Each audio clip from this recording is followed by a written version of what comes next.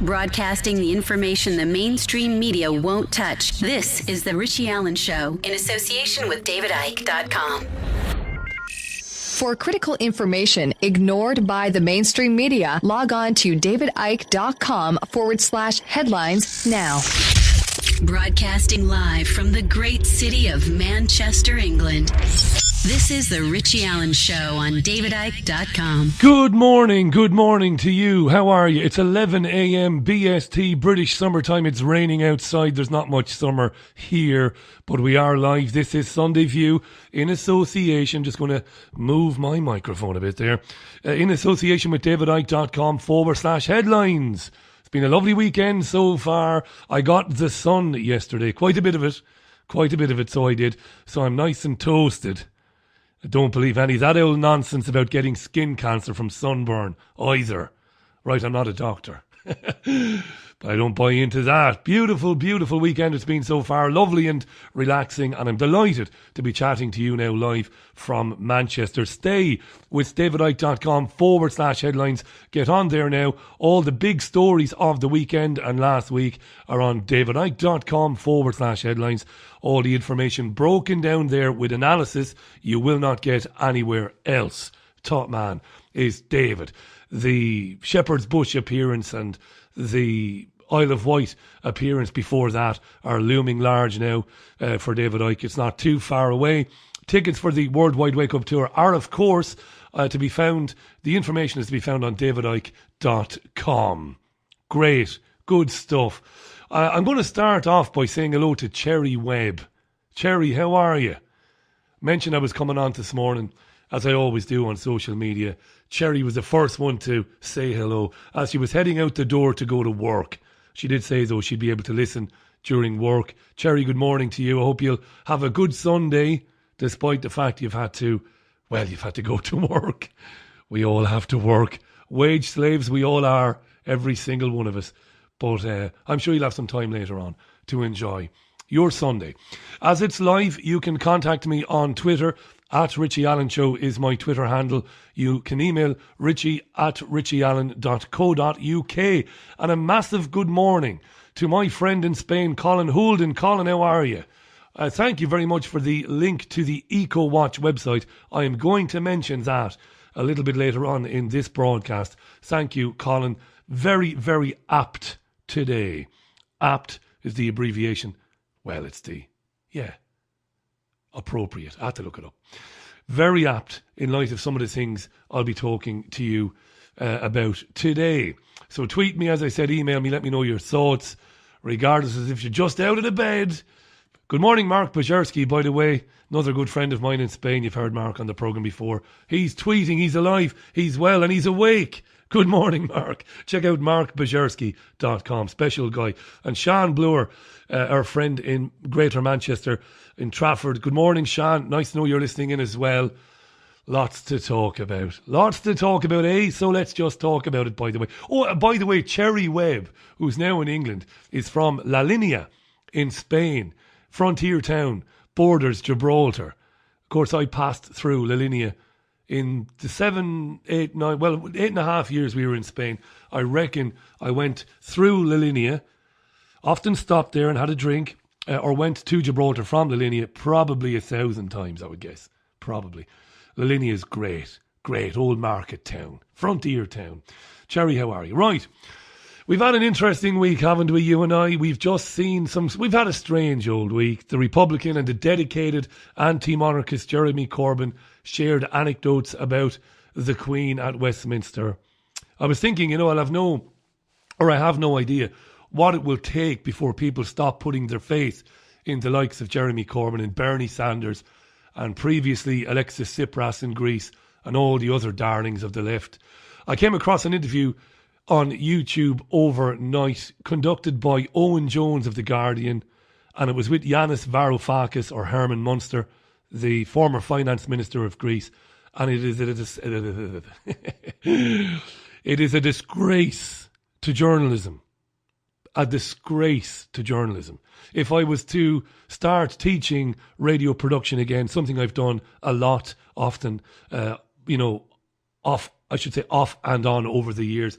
If I was to start teaching again, I would use that as an example of how not to conduct an interview. It's a disgrace. Check it out if you don't believe me. Just Google or YouTube or whatever. Owen Jones and Yanis Varoufakis. Disgraceful. The darlings of the left. Well, I've never been arrogant. I don't believe I have. Anyway, I'm a pretty down-to-earth, humble guy. Here comes the but. On these subjects, I'm tired of being right. I despair when I tell people who get all excited about men or women who really, they're like us, you know, Richie. We got to get behind them. And I say, no, they're not. Not at all. And they never will be like you. And then they go and do what it is I knew they were going to do all along. And then somebody else will come along that is going to deliver us from the madness of this paradigm. But they won't do it either. Loads to get into. Let's have a look at the Sunday papers. The British ones, anyway, we're coming up for 6 minutes past the hour already. Time flies when you're having fun. The Sunday Telegraph main story. Well, there's 3 or 4 stories. There's one about junior doctors. But the big story in the Sunday Telegraph, in light of Barack Obama's visit to these isles to talk about why Britain should remain within the European Union, the Sunday Telegraph run a big story. And the headline is, Barack Obama's views betray a woeful ignorance on the impact of the EU on Britain's security, says Armed Forces Minister. Do you want to hear more about that? Thought you might. I'll read you some of the story now in my best Jackanory voice. Barack Obama has been accused of showing woeful ignorance of the damage the EU does to British national security in a growing backlash over his intervention in the referendum campaign. Penny Mordaunt, she's the Armed Forces Minister, hit back at the American president for his failure to appreciate how European judges and laws on migration undermine transatlantic efforts to tackle terrorism. In an exclusive column for The Telegraph earlier in the week, Obama warned of the risks of Brexit and ordered Britons to vote to remain in the EU in this summer's referendum. But Miss Mordaunt attacked Obama for failing to grasp the true threat to security that the EU poses to Britain.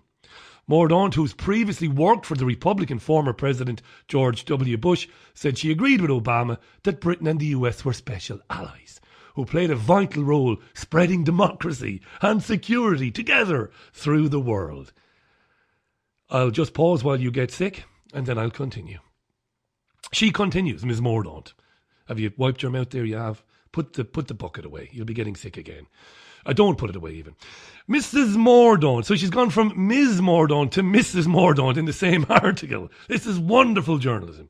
Mrs. Mordaunt, who has previously worked for blah, blah, blah, blah, blah, we're special allies. Then she says, where we part company is in our views of the value of EU membership to this mission. In Obama's view, the EU doesn't moderate British influence, it magnifies it. Unfortunately, continues Ms. Mordaunt, or Mrs. Mordaunt, this opinion betrays a woeful ignorance of the practical reality of the EU's impact on our security and the interests of the UK and the US. Obama warned on Friday that divisions in Europe will weaken NATO, but often those divisions are caused by the EU itself. Obama confuses collective action and defence through NATO with the integration at all costs and damn the consequences ideology that too often motivates the European Union. Mordaunt. She went on to say, finally, Obama must be unaware of the alarming weaknesses that allow terrorists from the so-called Islamic State to move unimpeded across Europe. And that is the result of the EU's bull-headed desire to take down all frontiers on the continent. Obama is well aware of it. He's well aware of the fact that terrorists can move unimpeded across Europe. That's what it's all about. Now, earlier, Theresa May was on the Andrew Marr show. I'm not going to play you any of that. I didn't record it because there's nothing really new in it. Marr pressed her as best as he could to accept that the status quo allows dangerous people cross borders and get access to places they really have no business getting access to. May played the same old nonsense card that we're actually more secure if we're all in it together and we're all in the club and all of that nonsense. I'm not going to play you any of that. Now, the Mail on Sunday. Boris Johnson rages at ridiculous and weird Obama. Extraordinary statement to the Mail on Sunday. Mocks the president over his threat to hold back trade deal in devastating intervention. And the story says Johnson, in an outspoken assault last night, mocked Obama's controversial claim that Anglo-US trade would be hit by Brexit. Johnson says the Mail stepped up his war of words with Obama over Winston Churchill, claiming that the wartime leader and the United States both stood for democracy and that the European Union didn't. Brexit cheerleader Johnson, says the Mail, spoke out as infighting broke out among senior figures in the Leave campaign after Obama's devastating intervention. Was it devastating, Obama's intervention? Well, you can hear some of what Obama had to say right here. As I wrote in the op-ed here today, I don't believe the EU moderates British influence in the world. It magnifies it. The EU has helped to spread British values and practices across the continent. The single market brings extraordinary economic benefits to the United Kingdom. And that ends up being good for America because we're more prosperous when one of our best friends and closest allies has a strong, stable, growing economy. Get the sick bucket. Americans want Britain's influence to grow, including within Europe. The fact is, in today's world, no nation is immune to the challenges that David and I just discussed. And in today's world, solving them requires collective action. All of us cherish our sovereignty. My country's pretty vocal about that. But the U.S. also recognizes that we strengthen our security through our membership in NATO. We strengthen our prosperity through organizations like the G7 and the G20. And I believe the UK strengthens both our collective security and prosperity through the EU. You see, it's all about the transatlantic trade and investment partnership deal, folks. That's what it's all about. Obama is using the language of the New World Order. George H.W. Bush. The New World Order, the one world government. We are better together. No country is immune to the problems of the world. Collaboration, cooperation. Dominic Blackburn has tweeted me. Good morning, Dominic. When are we going to see 30,000 UK people protest TTIP like they have in Hanover? To be fair, a lot of people get out and about to protest what TTIP will mean for education, Dominic. They protest as to what TTIP will mean for the health service in this country as well, mate. So they do get out there, but are they being listened to? Boris Johnson addressed the trade issue and the better together issue, or Britain even being better in the club. This is what Johnson had to say yesterday. Well, as you may know, we don't have a trade deal with the US at the moment, and we've been in the EU for 43 years, and indeed we've had a great deal of difficulty exporting some UK products such as beef to the US. I think don't forget of the non-EU trade that we do, 73% of it doesn't involve any kind of trade deal at all. We would do very well trading globally, as we always used to do. The WTO is now helping to bring down tariffs worldwide, and we've got a fantastic opportunity to take back control of very considerable sums of money, £350 million per week, and our borders, and to stop the erosion of our democracy, obviously. I'm just going to mention this. I'm not going to get into it too deeply because you've heard me get into it on the television show and on the show last week. The European Union was funded and founded by the Rothschilds, the Rockefellers, and some of the biggest pharmaceutical companies in the world. We know this. IG Farben, BASF, can never say that, Hoechst, and loads more. The same people backed Hitler and started and funded both world wars, funded both sides basically, to create a post-World War Europe under the control of a dictatorship. That's what they did. This is what it's all about. And you won't hear this from Johnson, unfortunately. Johnson goes, he'll give you, up to a point, Johnson will tell you the truth, but up to a very small point. Up to a very small point, he will tell you the truth. He then talked about sovereignty, Johnson, and he had a pop at the United States human rights record, which I thought was kind of interesting. If I'm to be honest, puppet though Boris Johnson is, I didn't expect this. Interesting comments from Johnson. But I think it is very, very odd that the United States, which guards its sovereignty so zealously and so jealously, should be giving us lectures about going into this federal system. Don't forget that the US has not only refused to subject its citizens to the International Criminal Court, they haven't even signed up to the UN Convention on the Rights of the Child, and they're asking the UK to go into something, or to stay into something which is intensifying, and where 60% of the laws are now, that go through the House of Commons, are now originating one way or another in Brussels. You've implied that he and I think that is very, very perverse, paradoxical. Perverse and paradoxical. Plenty of tweets and emails coming in, so I'll get to a couple more of them, as many as I possibly can. It's at Richie Allen Show on Twitter, richie@richieallen.co.uk. David Conner reminds me that David Icke has spoken pretty eloquently about Obama's input to Brexit in David's latest videocast. David's videocast is brilliant. It's essential viewing. To find out how to download it, where to subscribe to it, go to davidicke.com. David's weekly videocast is terrific. Thank you, David. Kim Erswell. I could do Obama's job, Richie, as I can read an autocue too. Where we differ is, though, she says, if it broke down, I could wing it. Fact. Yeah, I don't doubt that. Yeah, we've seen these people before when the autocue has gone awry. They've not done so well. Good morning, Anne Selly. Good morning, Marco. And good morning, Karen Kelly in Glasgow as well. Nice to know you're up and listening to Sunday View, which is live and is brought to you in association with davidicke.com/headlines. So staying with the Sunday papers momentarily, the Sunday Observer, big headline, big story, Hillary Clinton urges Britain to remain in the European Union. I'll read you just a smidgen of that article. In a statement to the Observer, Clinton's senior policy advisor Jake Sullivan said, Hillary Clinton believes that transatlantic cooperation is essential and that cooperation is strongest when Europe is united.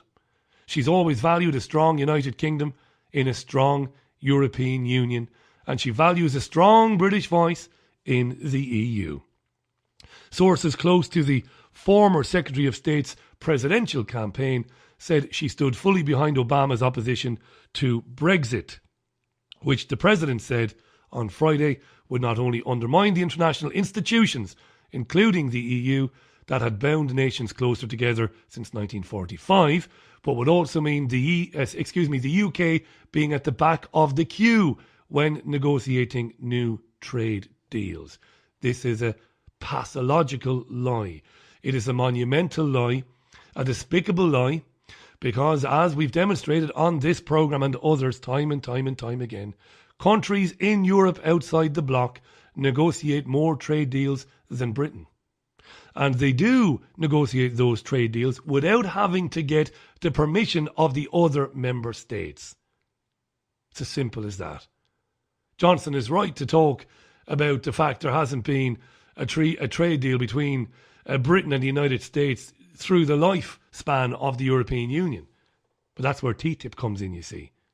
The reason why the Rothschilds, the Rockefellers, the Warburgs, and all of these maniacal central banking parasites, why they are desperate for Britain to remain within the European Union, why they are desperate that no matter how hammered the Republic of Ireland, Greece, Italy, Spain or Portugal gets, no matter how poor the people of those countries get, no matter how desperate the situation becomes, they'll never leave. And I told you this over a year ago when Tsipras was elected in Greece and there was universal joy expressed. I said no. It's the same with Jeremy.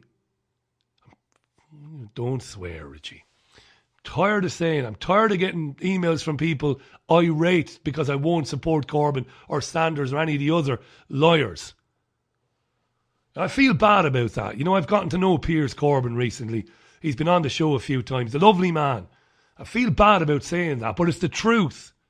Liar. I'm an anti-monarchy Republican. You're a liar, Jeremy. That's what you are. David says he was vibrated into the system. I'm not going to argue with David. You know, I've argued with David before. I think there's a lot of truth in what David says. But I would also say Corbyn knew damn well what it was going to be like once he ascended to the throne. Sean was on to say, morning mate, Johnson is another controlled opposition. They all swear allegiance to Israel. Well, this is right, and this is one of the great tragedies, and we got into this on the television programme. They, the Zionist central bankers, have chosen both sides of the in-out EU referendum. Britain will not be allowed to leave the European Union. But I urge everybody who is registered to vote in this country, who can vote, get out and vote no. Get out and vote to leave. Stick it up to them, is what I say. Should we talk about Hillary Clinton for a minute? Interesting, Hillary Clinton has thrown her oar into this. Not surprisingly, of course. She would have been told by her paymasters, make sure now you talk about why Britain must remain within the European Union. Hillary Clinton is a psychotic mass murderer and, again, a liar of monumental proportions. And is an arch criminal. And it isn't conjecture, it's not, childish ranting. She's an arch criminal.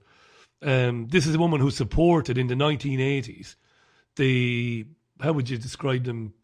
The proxy terrorist groups in Nicaragua, known as the Contras. She supported them with her husband.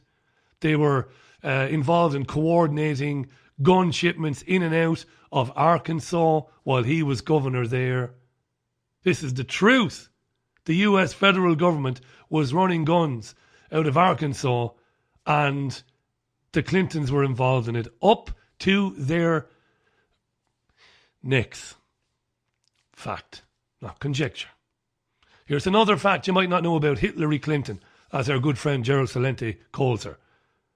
The Clinton Foundation is widely believed, and not in conspiracy circles, but in mainstream media, the Clinton Foundation is a professionally run money laundering operation. That's what it is. It's one of the greatest cons, one of the greatest gangster operations ever. And you only have to look at some of the biggest donors to the Clinton Foundation. The House of Saud, the scumbag, torture-happy murderers, the Saudi Arabians. A foundation controlled by Viktor Pinchuk, the Ukrainian oligarch who is a bribe specialist and the king of corruption in Eastern Europe. Frank Giustra, helped to become a multi-millionaire by Bill Clinton. I could go on. It's only been a few years, actually, since we learned that Giustra, who established the foundation with Clinton, donated millions to the donation after Clinton helped him purchase uranium deposits in Kazakhstan. We learned that because the Kazakh officials told us that. Clinton has supported Hillary Clinton now, aggressive US invasions or attacks against Haiti, Bosnia, Kosovo. She supported the Clinton regime's illegal bombing of Yugoslavia. Let me tell you about Hillary Clinton. The Clinton family make the Sopranos look small time. They make them look Mickey Mouse. What a world we live in, dear listener. I could have the bailiffs at the front door stealing my meagre possessions. And I do mean meagre if I can't make council tax payments in Manchester. And violent criminal thugs make laws, destroy countries for the puppet master 8 Federal Reserve families. What a world we live in. And if it wasn't for davidicke.com, if it wasn't for Infowars.com, if it wasn't for Michael Rivero and whatreallyhappened.com and a few others, people wouldn't know about this stuff, historically. They wouldn't know about it. Here's Obama and Cameron talking about TTIP. This is what it's all about. This is why Britain can never be allowed leave the European Union. Obama and Cameron on TTIP. On economic security, we've succeeded in getting our economies growing and creating jobs for our people. The global economy still faces serious challenges, but last year Britain and the United States were the 2 fastest growing major economies in the world.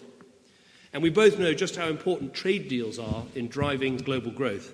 So Barack and I remain among the most determined to achieve our vision of a US-EU trade deal. And we're working hard to push this forward because it would add billions to our economies and set the standards for the rest of the world to follow. We face the aftermath of the banking crisis, the need to revive growth and create jobs in our economies, new threats to our security from Russia in the east to the rise of Islamist terrorism in the south, and of course huge global challenges like Ebola and climate change. Yeah, and Obama stood alongside him grinning from ear to ear.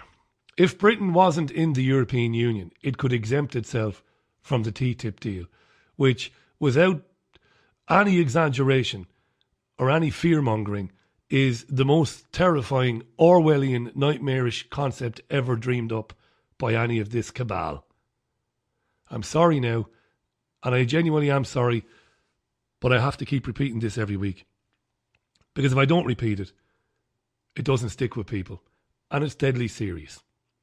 Investor-state dispute settlements, tribunals allowing companies to sue foreign governments over claims of unfair treatment and to be entitled to compensation, which undermines the power of national governments to act in the interests of their people. That's enough, isn't it? Right there, that should be enough for that deal to be torn up and to be spit in the faces of those who want to implement it. TTIP would allow private firms running NHS services to sue the British government if the government chose to return the services to the public sector. Not that they ever would. At the moment, the European Union and countries within the European Union have pretty strict regulations on GM crops, pesticides and food additives. When the TTIP deal comes in, it opens up our countries to cheaper products, crap basically, with poor standards. Food giants could use investor-state dispute settlements to bully governments into dropping legislation to improve food standards. What does that mean? Exactly. Well, it means that you will have Monsatan's frankenfood on your plate. Always, always part of the agenda. See Transphantomism, the mind-blowing chapter in David's book, Phantom Self. It's never been broken down and it's never been analysed as well as Phantom Self and that particular chapter. That's what's coming, if they're allowed. It's 27 minutes past the hour. You are with Sunday View in association with davidicke.com/headlines. My name is Richie Allen. Here's a quick break for you. Back in around about 60 seconds. Stay with me.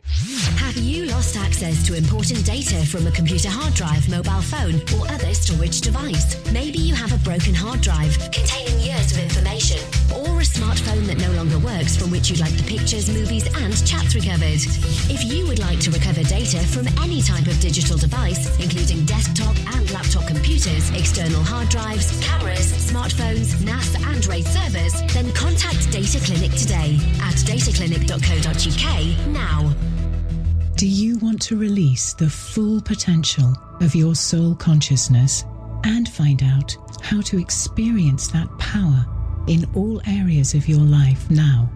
Go to livingasyoursoul.com for free guidance with in-depth how-to articles, free healing meditations of creation recordings, free soul solutions, and much, much more.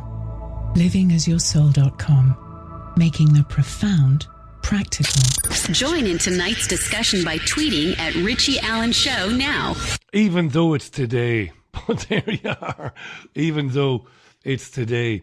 Thanks again, Colin Houlden, for sending me this article. Max Phillips, excuse me, Max Phillips wrote on ecowatch.com on Friday that this is the headline, river explodes into flames from methane coming from nearby fracking sites.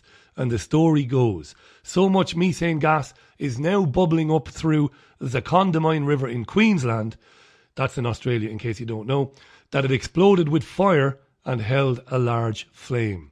Gas seeping into the river began shortly after coal seam gas operations started nearby and is growing in volume, and the stretch of river affected is expanding in length.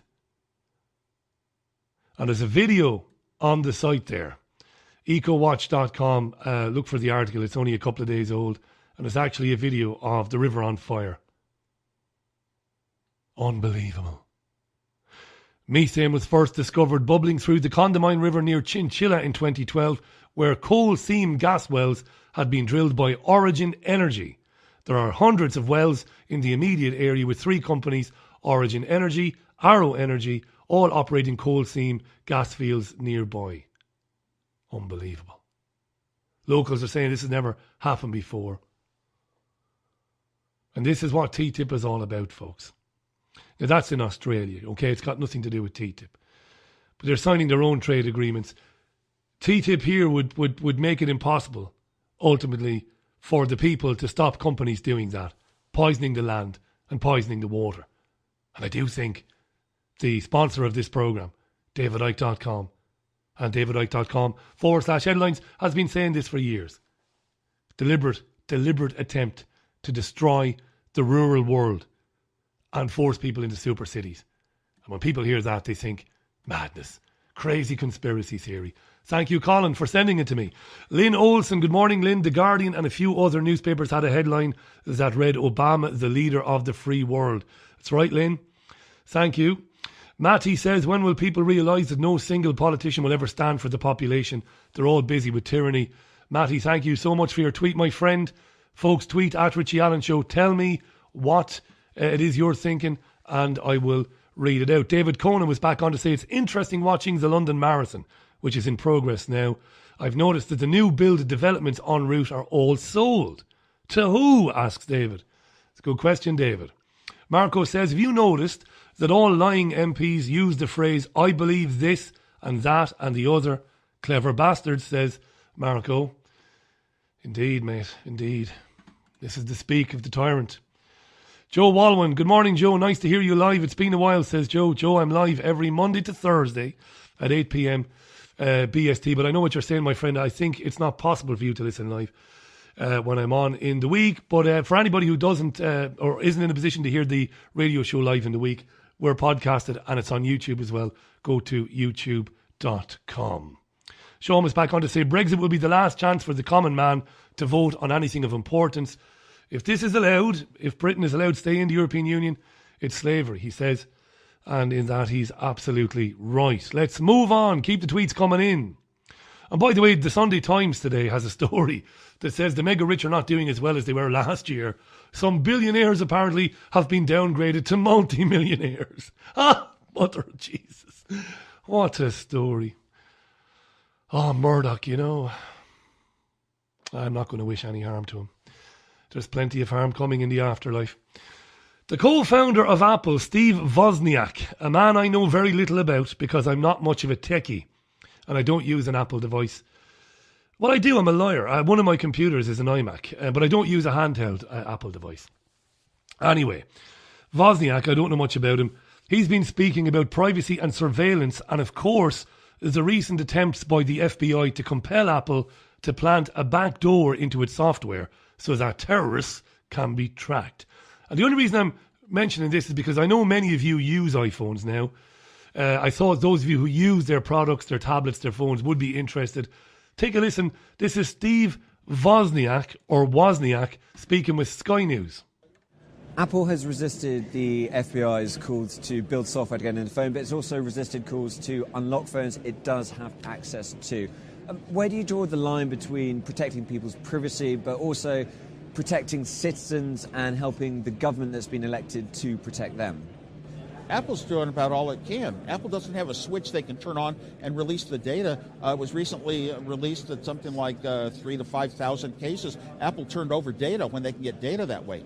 To rewrite the software that makes a phone a good product and keeps its data secure. You know what? The police are interested in communications anyway, trying to track down who's talking to whom and what are they saying. That's all done in the communications companies, and the FBI already has all its backdoors into Verizon and AT&T, and they've got every single bit of that anyway. So encryption just to protect my data, my personal codes, my finances, my photographs, and things that are important to me in the phone. Apple promised that. That's a good thing to do. What if the FBI could come into any company and say, we now have to force you have to make your product insecure for us. Why would you build a product that's insecure? That's doing a very bad thing in computer terms.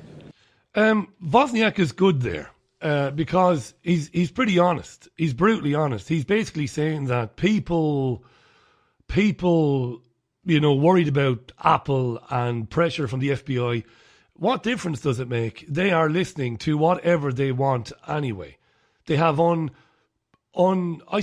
unparalleled access to every facet of our lives through their covert surveillance programs online anyway. And it's a good point he's making, Wozniak.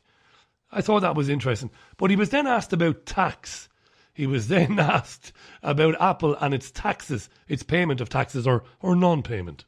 We've had a lot in the papers about taxes recently. There are a lot of people who are angry that corporations, including Apple, don't pay that much tax. Do you think Apple pays enough tax? I feel very sorry for people that have psychological problems and have to get angry about something that's always existed, that we've always known, that wealthy parties and companies have all these offshore places to hide money. It's always existed. So that doesn't make it right, though. Just as it's always existed. No. It's not right, and we should say that it's wrong. And but why should we get upset about a new recent one? Every one that comes up. I mean, we are the ones who are we're in a democracy. We voters have control over our congresspeople who write the laws that make it possible or not. I mean, just because it's the case doesn't mean that it's right. Should Apple pay more tax? There's financial people, and their motivations are only to find the last little penny that they can get by any trickery, to read legal documents and find escapes and loopholes and search for friendly governments. Basically to do what a wealthy person does, to try to hide their wealth and disguise it and get it out of away from taxes. Yeah, same thing. But they're paid to do that, and you can't blame them because every single company in the world would do it. And Apple isn't run by a few ethical people. It's run by millions of shareholders.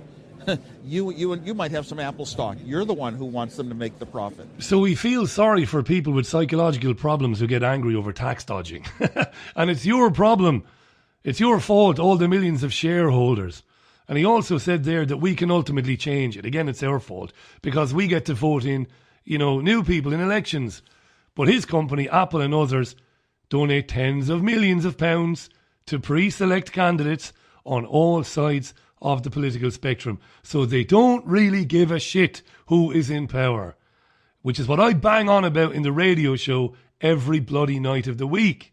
And of course, the young Sky News presenter was never going to say that to him. The minute he said that to me, and I would have been very polite with him. Steve, stop now, stop. Don't tell us that we get to change through the ballot box, Steve, because you own all the candidates, my friend. You don't care who gets elected, mate. It's a rigged game. It's no game. Has to be broken up. It has to be destroyed. We don't live in democracy. We live in tyranny. And now to Leonardo DiCaprio, who gets more irksome, more annoying every time I see his annoying face. DiCaprio, as you probably know, has been speaking to large rooms full of diplomats and bureaucrats in New York on Friday, talking about the United Nations and what we are doing for climate change and the great deal that was signed recently. Warning of disaster by climate change if we don't implement it. No more 10-year studies, says Leo. We've got to implement it now. We've got to legislate for it now. This is Leonardo DiCaprio vomiting forth an absolute tirade of horse shit. Listen to this. Our planet cannot be saved unless we leave fossil fuels in the ground where they belong.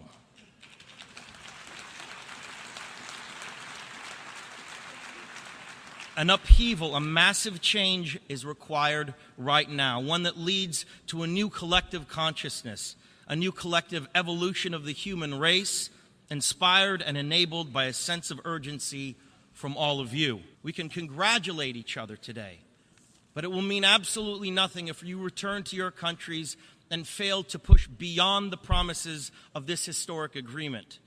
Now is the time for bold, unprecedented action. After 21 years of debates and conferences, it is time to declare no more talk, no more excuses, no more 10-year studies, no more allowing the fossil fuel companies to manipulate and dictate the science and policies that affect our future. Did he just say no more allowing the fossil companies to manipulate and dictate the data? He didn't really, did he? But the data put forth by the climate change church is fraudulent. The liars manipulate the data to suit their lies. And Piers Corbyn, the meteorologist, revealed this on our show recently, and he is above reproach. He cannot be challenged. The only manipulation of data and lying is coming from the Al Gore Brigade. Listen to Piers Corbyn. This is from the 22nd of March edition of the Richie Allen Show, which is available on YouTube. This is Piers. You said that there was fraud going on, that people were manipulating the graphs. Give us the proof of that. Who's doing that, and how do we know they're doing it? Well, the World Meteorological Organization, NOAA, the American setup, and the Climate Research Unit of East Anglia. In fact, to be very specific, they produce data sets every year of global temperatures, and we were doing research in 2004, and I said to Judy, I'll have a look at this new data set. And she looked and she said, oh, that's fine, Piers, there's interesting stuff this year, but the past years have changed. I said, what do you mean the past years have changed? And she said, well, the past years have changed. It's not what it was. So we knew then there was something strange going on. Now what we know, and there's a graph of it on our website, that every year they have selected out some stations and selected in others. So they're all real data stations, but they choose the ones which, for whatever reason, are rising at present, because obviously there's going to be local variations of all sorts, and cutting out the ones which are showing falling temperatures at present.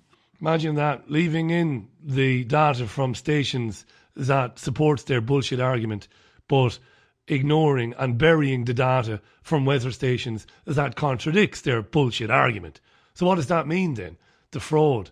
Half a degree fraud on world temperatures. What does it ultimately mean? Piers Corbyn continues. So by this and successive years, they manipulate current temperatures to be higher and our past temperatures to be lower. And if you compare the data sets for which they produced around 2010 with the ones they produced around 2000 or 2001, there's the rise in temperature in that 10 years is been increased in the latest data set by half a degree. So what they've done is committed half a degree temperature rise fraud on world temperatures. Now, if you take off half a degree on current world temperatures, the recent peak around reaching, as I said, around 2002, 3 or whatever, comes to about the same as the big peak at the end of the 1930s or early 1940s. And you would... There's been no global warming since then. We've just had fluctuations around a 60-year cycle and many other cycles, and we're entering a longer, cooler cycle upon which there will be the 60-year fluctuation. And this is, of course, why, when asked to debate Piers Corbyn on the programme, Friends of the Earth and Greenpeace and somebody else we invited on, former CEO of another big, climate change organisation, refused to debate Piers Corbyn, because what we did here at the Richie Allen Show was we cross-referenced and cross-checked every single claim that Piers Corbyn had made about the fraudulent data, and he was right. He's 100% right. The world isn't warming right now, and any temperature fluctuations over the last 100 years, 200 years are natural. Man is not driving climate change through man's burning of fossil fuels and carbon, and I'm no fan of fossil fuels and carbon fuels either. We could be a lot cleaner, and don't get me started on the great Nikola Tesla and free energy and all of that. That's a whole other story. I have no time for the big oil and gas companies either. But we got to tell the truth. Man's activity on planet Earth is not now, nor has it ever, driven climate. The climate and the temperatures on this planet are driven by the sun. Amazing, isn't it? No mention of the sun in the bullshit climate models. Let's read a few tweets. Tweet at Richie Allen Show or email richie@richieallen.co.uk. Good morning, Simon Oakton. How are you, Simon? Thanks for listening. I retweeted the link that you gave us from the EU referendum. It must be from the literature. The truth is, from an economic perspective, nobody really knows what will happen if the UK leaves or remains in the Union. But what we can expect is that there will be ever closer political union in what will inevitably become a federal European Union. Perhaps we should base our votes on whether we want to be a part of a federal European Union or not. What we must build is a kind of United States of Europe, quote from Winston Churchill in 1946. Yeah, Karen was on to say, oh God, the Apple, former Apple boss, Steve Wozniak, oh God, he's saying we shouldn't get angry about Apple paying tax. Is he for real? I'm sitting here fizzing, says Karen. And Sin, who's in Greece, good morning, Sin. No such thing as smart tech privacy. Does nobody watch movies and series? Those on the run. Break your SIM and throw out the mobile, says Sin. Sin, I love the romanticism. I like to think that there are a lot of our listeners on the run somewhere. Sounds good, but they're still making time to listen to the Richie Allen Show. Pugilist Thinker on Twitter says, could we create something which targets the sheeple? Hashtag it, target the online community. And he also says, the Brexit campaign is redundant of a cohesive message which engages the sheeple. Don't you think? Or am I naive? No, you're not, mate. You are 100% right. The Leave Europe team, Johnson and Grayling and Preeti Patel and all the other dirtbags were carefully selected.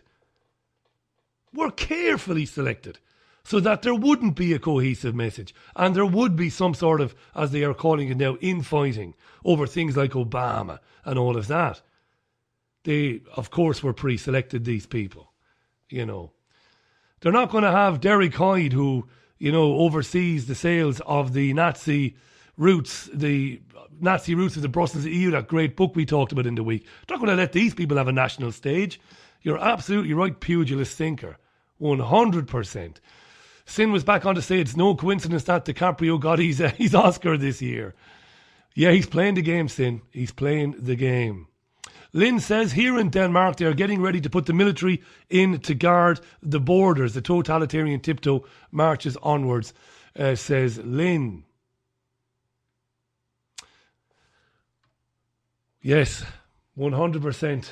100%. It's 13 minutes to the top of the hour.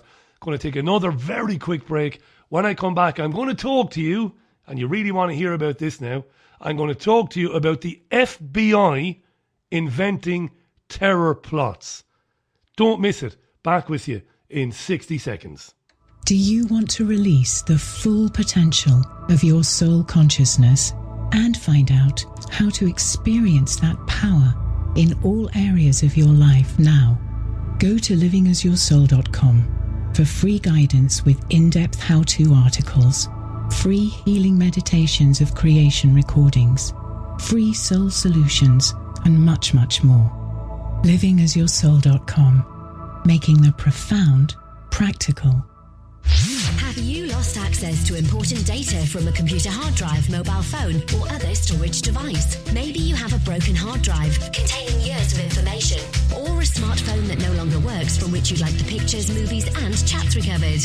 If you would like to recover data from any type of digital device, including desktop and laptop computers, external hard drives, cameras, smartphones, NAS, and RAID servers, then contact Data Clinic today at dataclinic.co.uk now.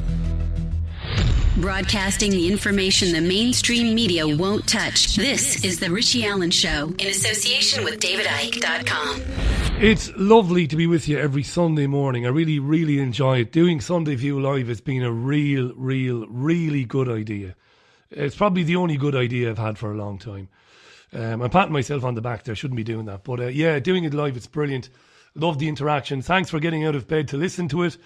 And don't forget, if you're coming in on the end of it, it will be on podcast 15 minutes after it ends, and it'll be on YouTube an hour and a half or 2 hours after that. Takes a while to upload to YouTube, and you can share it with other people if you think it's worth sharing. If you think any of the opinions I've expressed here are worth sharing with other people, share it away. I'll be grateful for your help there. Kim Erswell came back to me. Kim, thank you. Let's not forget that VAT is set to rise to 23% too, as is written in the Lisbon Treaty. We're being bled to death by tax. Kim, you are so right.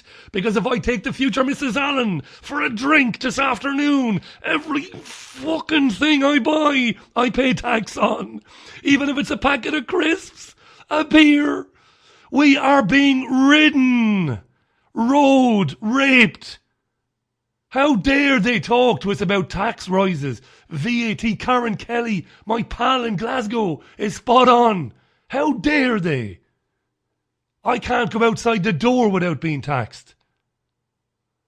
Jesus Christ. I'd forgotten about that, Kim. You've rounded me. You've wound me up right there. Oh. See, I was going to get through a whole show without swearing. Just one. Gone. Alex Dowse, good morning, Alex. Loving the live Sunday views. Thanks, mate. Really appreciate that. Live is better, isn't it? Live is better. It really is. And to Matty, everybody who's tweeting in there, great stuff. Your opinion is vital. It really is vital to me, you know. Otherwise, it's just a rant by me and I'm ramming my opinion down your throat. I want your opinion, whatever it is, whether it disagrees or agrees or whatever. Just tweet me and tell me what you're thinking. Thanks, Anne, for the link to the Sunday Mirror story. The Labour Party are to block police volunteers attending abuse and terror incidents. Shadow Home Secretary Andy Burnham says public safety is at risk thanks to Theresa May's intended measures to make up an officer shortfall. Brilliant link, Anne. And of course it goes to the heart of what Sean Bloor, the great Sean Bloor, was talking to me about on the show earlier last week. That interview is on YouTube. The decimation of vital services to people in this country in order so that they can be privatised. That's what it's about.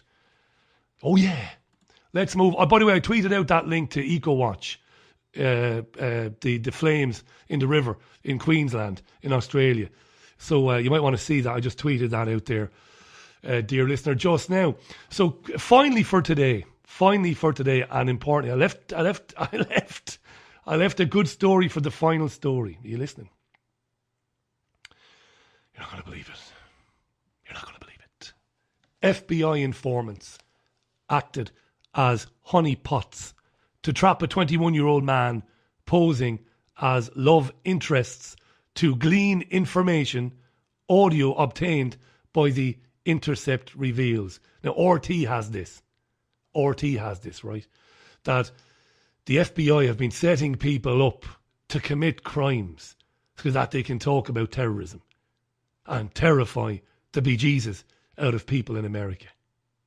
One woman lured a 21-year-old man, was lured by a woman working for the FBI into making a false claim that he tried to go to Syria to fight with the Islamic State. Now, Gayan Chichikian is an outstanding journalist. She really is. And works for RT USA. She's filed this report. It won't surprise you, dear listener, but we're trying to reach those who normally think that you and I are conspiracy lunatics. Share this with them, listen. Well, Yunan, you think of the FBI as trying to disrupt terror plots. How about the FBI creating plots? Apparently, the FBI does that all the time, specifically targeting American Muslims.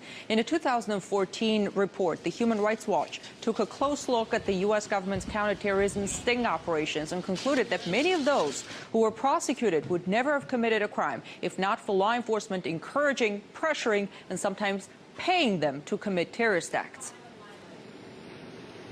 There have been over 500 people prosecuted for terrorism-related offenses. And this is a number that sounds really big, and it makes it sound like Americans are being kept safe from terrorism attacks. But we found that in a lot of these cases, people were prosecuted who never would have committed a terrorist act in the first place if it weren't for the involvement of the FBI. Another study by Muslim advocacy group Salam concluded that 95% of terrorism-related arrests have been the result of the FBI foiling its own plots. In 2009, for example, they arrested 4 men for planning to blow up synagogues in Bronx and attack a U.S. military base. And they were prosecuted despite the fact that the FBI came up with that plan, provided the means, and encouraged these individuals in every possible way. U.S. law enforcement's methods in these sting operations have raised many concerns. One of them is that the government may be creating terrorists out of often vulnerable individuals who may have otherwise never committed a crime. It's amazing, isn't it? Isn't it amazing? The 4 men arrested in the Bronx were acting out an FBI-created terror plot. How long has David Icke been writing about false flag terrorism? How long has David been writing and talking about people being set up as patsies by the state? One of the voices you heard in there was Andrea Prasoff, who's with Human Rights Watch in Washington. It's extraordinary. As David said to me some years ago when I was working in Spain, as the agenda rolls forward, it becomes increasingly difficult to hide it from people. It's out in the open now. You look at the Oklahoma bombing. What year was that, dear listener? Was it 96 or 95? I'm going to have a look while I'm chatting to you there now. I think it was 95, wasn't it? The Oklahoma bombing. Timothy McVeigh, of course, eh? It was April the 19th, 1995, so we've just had the 21st anniversary of it, only a few days ago. You know, it's widely believed that the FBI set that up as a sting operation. Resulted in the murder of hundreds of people in that Oklahoma federal building. They've been doing it for years. And you tell that to your friend, or you tell that to your brother or your sister, and you're a lunatic. That's what they've been doing. Why would they do it? Because they promote endless war. They promote interventionism in the poorest countries in the world to tackle so-called extremism. While they're making up all these bullshit plots and arresting people for nothing, they're actually funding real terrorists, lunatics like the jihadists that they've named the Islamic State, that they've named. They even give them names, as they gave Al-Qaeda their name. They drive refugees into Europe to promote chaos that never ends. That's the world we're living in. And you are probably like me, dear listener. You're probably getting tired of people trolling around on Facebook and on Twitter and on YouTube saying it's all crazy conspiracy nonsense. Even the MSM now can't avoid talking about or breaking some of these stories. Imagine 96% of terror plots in the United States are actually started by, created by the FBI. Amazing, isn't it? Wow. Absolutely amazing. That is kind of it for Sunday View. We're coming up to the top of the year. I want to thank you very much for listening to it and giving me some of your time on your Sunday. I really do appreciate that. We've got some terrific programmes lined up for you in the coming week on the Richie Allen Radio Show. Starting tomorrow, Wayne Madsen and John Perkins join me. John's in hour 2, Wayne is in hour 1. Should be a cracking show tomorrow. I've not got the diary to hand, but Claire's lined up some terrific guests for next week. Thank you, Claire Calvi, for production. Folks, do share the podcast and please share the YouTube videos around. It really does help out the programme. That I ask you to do that specifically if you don't make a financial contribution. Now, when I say if you don't make a financial contribution, it's not to make you feel bad at all. Everybody is broke. I understand that. So, if you don't make a financial contribution, make it your business once or twice a day to share some of our YouTube videos on your Facebook page. I will absolutely love you for that. So please do that. Sin came back on to say, by the way, VAT in Greece, 13% on the basics, 23% on everything else. Now it's going to be 24% across the board. They have raped the Greeks. That's what they've done. And by they, I mean Alexis Tsipras and Yanis Herman Munster Varoufakis.